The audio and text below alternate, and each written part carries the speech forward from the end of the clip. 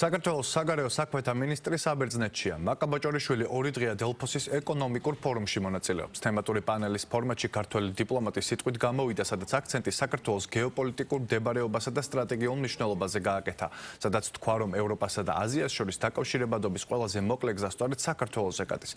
მაკა ბოჭორიშვილმა ასევე ისაუბრა ოკუპაციაზე და აღნიშნა, რომ კონფლიქტის მოგვარება მხოლოდ მშვიდობიანი გზითაა აუცილებელი. დეტალებით სალომე ქუქიაშვილი. შავი ზღვის რეგიონის მნიშვნელობა და უსაფრთხოება სწორედ ამ თემებზე მიმდინარეობდა საუბარი პანელური დისკუსიისას, რომელშიც საქართველოს საგარეო საქმეთა მინისტრთან ერთად უკრაინისა და თურქეთის წარმომადგენლებიც მონაწილეობდნენ. რა თქმა უნდა, ქვეყნის პირველმა დიპლომატმა ხაზი გაუსვა შავი ზღვის რეგიონში მშვიდობისა და სტაბილურობის გამტკიცების საქმეში საქართველოს როლს, ისევე როგორც ჩვენი ქვეყნის მნიშვნელობას დაკავშირებადობის გაზრდის კუთხით, რაც უკეთეს კავშირებს გულისხმობს საქართველოსა, აზიასა და ევროპას შორის. და აი ამ ნაწილზე სწორედ ამ მნიშვნელოვან მარშრუტზე საქართველო ასრულებს ძალიან მნიშვნელოვან როლს. რა თქმა უნდა, დისკუსიაზე ძალიან ბევრი ითქვა უკრაინაში მიმდინარე ომის თაობაზე, აღინიშნა ისიც, რომ აუცილებელია უკრაინაში შეწყდეს ცეცხლი, დასრულდეს ომი საიმისოდ, რომ შავი ზღვის რეგიონში და აუზში დაისადგუროს სიმშვიდე.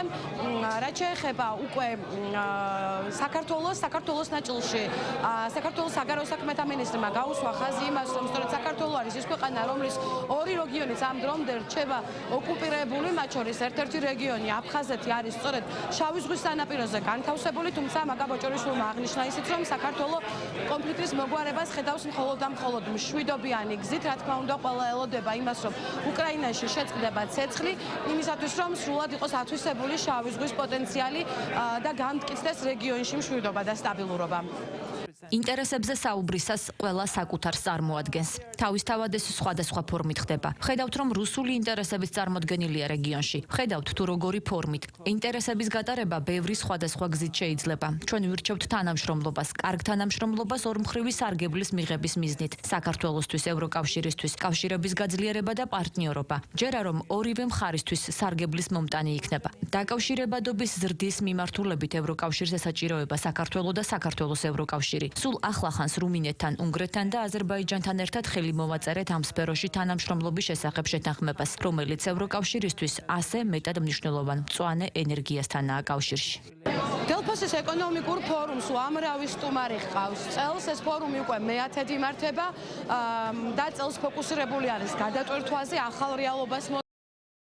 პანელური დისკუსიების მთავარი თემაც არის სწორედ ეს, რასაც ჩვენ ვისმენთ, ანუ ის თუ როგორ უნდა გაუმკლავდეს განსაკუთრებით ევროპის კონტინენტი და ევროკავშირი იმ ახალ გამოწვევებს, რომლებიც უსაფრთხოების არქიტექტურის ძალიან სწრაფად ცვალებად გარემოში იქმნება ყოველდღიურად.